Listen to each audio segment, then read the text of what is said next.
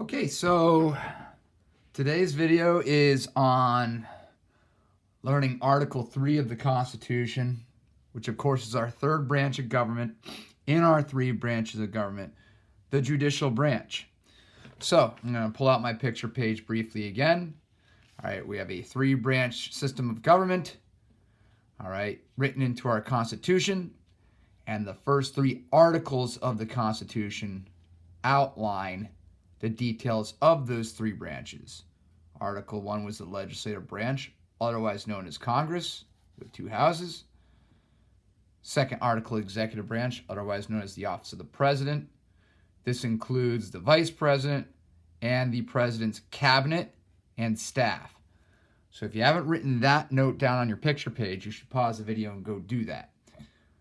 By now, you've already learned about the president's cabinet and all the secretaries of all the departments of the executive branch, Secretary of State, Secretary of Defense, Secretary of Education, etc. That is the executive branch, along with the vice president. The judicial branch is otherwise known as the Supreme Court. And on the Supreme Court, there are 9 judges known as justices of the Supreme Court. Once again, none of these branches are more powerful than the other. They're not written in order of power. The executive branch is not the most powerful just because it has the president. The Supreme Court's not the most powerful just because it has the word supreme in it. All three branches have equal power over each other because they all have certain powers over each other to hold each other in check and provide balance throughout our government. So today we're going to be diving further into the judicial branch, into our Constitution, which is the third article. So I have written below Article 3 or near Article 3, judicial branch, just like we did for the other two branches in Article 1 and 2. And to the side I have written Supreme Court, which is the nickname of the judicial branch, and that is what we call it on a regular basis. So let's learn more about Article 3, the judicial branch. The judicial power of the United States shall be vested in one Supreme Court. The judges, both of the Supreme and inferior courts, meaning lesser courts, shall hold their offices during good behavior and shall, at stated times, receive for their services a compensation, that means money, which shall not be diminished during their continuance of office, meaning, all right, they do not need to, or they cannot be forced to take a cut in pay. So what this is saying is that the Supreme Court is indeed the most powerful court in our country. Their rulings can overrule rulings of lesser powerful courts, and the judges keep their offices during good behavior, meaning there's no term. There's no year limit to term. It is a lifetime job as long as they do not get impeached. They can resign, they can retire, and in some cases they may die while holding this office or job in the judicial branch. But those 9 justices keep their job for life, as long as they don't do anything too naughty to get impeached. Okay, so that is a difference between the executive branch, where there is a certain number of years you can serve as president, and it's also different than the legislative branch, where senators are 6-year terms and reps are 2-year terms, but they can keep getting reelected over and over and over and over again, while the president cannot keep getting reelected over and over and over again because there is the 22nd Amendment, which limits the president to 2 terms. But a Supreme Court justice can hold their job for forever if they so wish, and if they don't get impeached. Okay, Section 2. The judicial power shall extend to all cases in law and equity arising under this Constitution, the laws of the United States. Okay. In other words, the Supreme Court can try any cases they want. So every year, there's a certain list of cases that make their way to the Supreme Court for consideration. But the Supreme Court gets to pick which cases they get to rule on and which ones they never even need to rule on. Okay? From all of the applications of cases that get appealed to the Supreme Court, they look and consider ones that are most important, most essential to making a ruling on for shaping our way of life and our future. And so those are the ones they choose to hear and try and rule upon. So they have choice in what cases they get to hear. Okay? We continue down to the last paragraph on this page. In all cases affecting ambassadors, other public ministers and councils, and those in which state shall be a party, the Supreme Court shall have original jurisdiction. This is just the clause of what the actual reach of the Supreme Court is, and this just says they have power to deal in cases that deal with government, and I'll abbreviate government officials. Okay? So, the Supreme Court does, in essence, have supreme power over all cases in any court in this country if they so wish. All right? There is no court in this country that can make an additional ruling to overpower the Supreme Court. This is it. They are at the top of the mountaintop when it comes to judging and court and trial. All right, all that stuff that you're aware of. Okay, we turn the page, and as you can see, after we turn the page, we're almost done. So this article is much, much shorter than Article 2 and much, much, much, much shorter than Article 1. Okay, a lot of the reasons for that is that some of the details of the system of checks and balances has already been learned in Articles 1 and 2. Now, this one's super important. The trial of all crimes, except for cases of impeachment, shall be by jury. Okay? And such trial shall be held in the state where the crimes shall have been committed. Okay, so I'm going to stop there for a second. If you commit a crime in Vermont, you need to stand trial in Vermont. If you commit a crime in New York, you have to stand trial in New York. Okay? However, but when not committed within a state, the trial shall be at such a place or places as the Congress may by law have directed. Okay, so what that means is if you commit a crime on federal land, all right, and there are certain portions of the land inside of the borders of Vermont, which is actually classified as federal land, now you are committing a crime on federal land, meaning that your trial, all right, can be held at a place or places that Congress and the federal government pick. You do not need to stand trial in Vermont.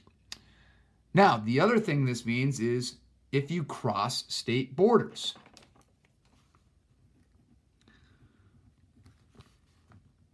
So I'll let you write this down, and then I'll tell you a story about when I remember this happening.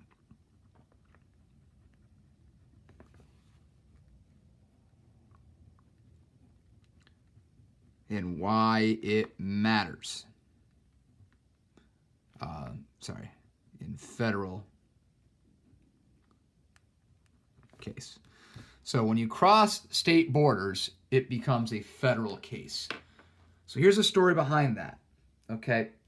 Let's say maybe 15 or 20 years ago, I had a good friend of mine whose father was Vermont Supreme Court judge. So the highest decorated judge in Vermont. And so there was an incident in southern Vermont where there was a homicide, a murder. And the suspect, or the one who they convicted of murder in this case, after committing the crime, chose to try and flee the state. In doing so, he went to a parking lot at a shopping center and was looking to steal a car in order to flee the state. So in stealing the car, he actually stole the car and took the owner of the car as hostage. So now this person has committed many crimes on this morning: homicide and car theft and kidnapping. And now they have driven across state borders into New York. And after a few hours fleeing the state with the hostage in the car with the suspect unfortunately once again decides to make a very poor decision and unfortunately kills the person that they took hostage, which was just an innocent person doing their shopping early in the morning. So now this person, once they got caught, and they did get caught, committed crimes in both states, but their crime also crossed state borders.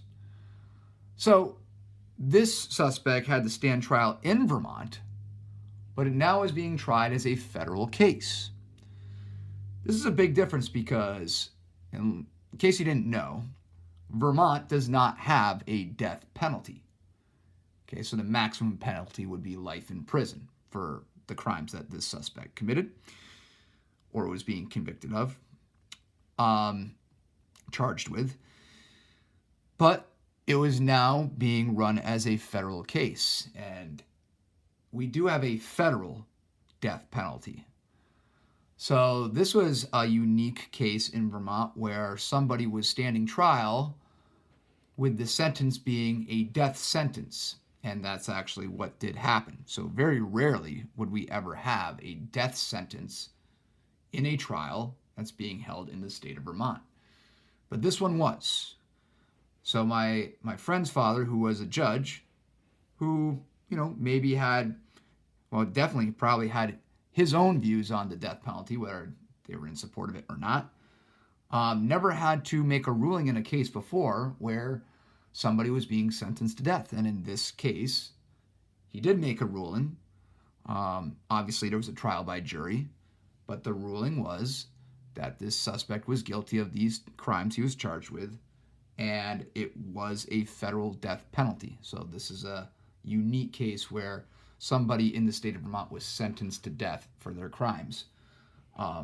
And the only reason for that is this clause, is because when you cross state borders, you are now committing a federal crime.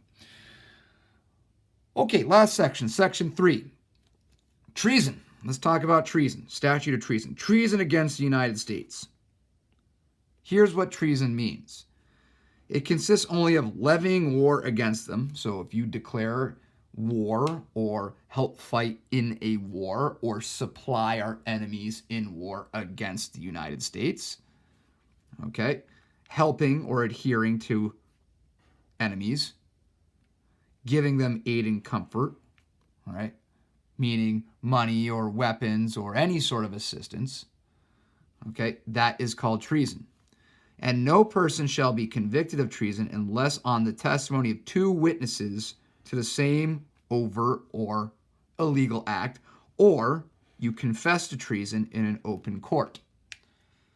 So actually, throughout this whole rule book, which is the Constitution, treason, it's not the only crime talked about in the Constitution, but it is the only crime defined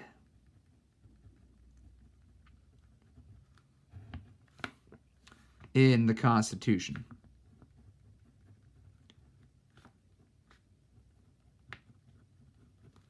And it is defined as levying war against the United States, adhering to our enemies, and or giving them aid and comfort. That is the statute of treason. Okay? Finally, the Congress shall have the power to declare the punishment for treason. Okay? So, Congress can vote on what it, well, first again, if you can only be convicted of treason under the testimony of two witnesses over the same act, or if you confess in open court. But then if you are convicted of treason, Congress then can have the power to declare the punishment of treason. Now, we have had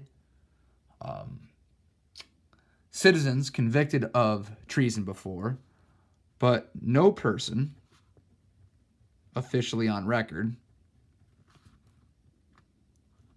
who has been convicted of treason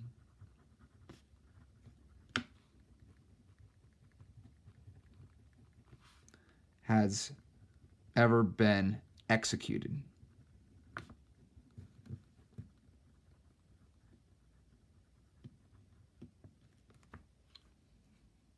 Okay?